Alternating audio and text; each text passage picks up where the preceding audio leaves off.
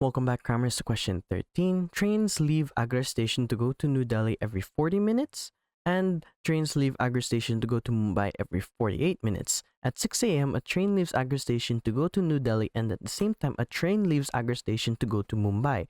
Work out the next time a train leaves Agra station to go to New Delhi, and at the same time, a train leaves Agra station to go to Mumbai. So every single time a train leaves Agra station to go to New Delhi, it is 8 minutes earlier than the train that goes to Mumbai. So eventually, there will be a time when both trains arrive and leave at the station together. First off, we can find the multiples of 40. So we have 40, 80, 120, 160, 200, and 240. Then we can find the multiples of 48. So we have 48, we have 96, 144, 192, and 240.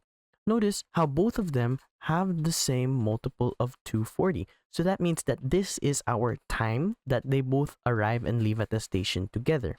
However, we have to give the time that she leaves. So if it is 6 a.m.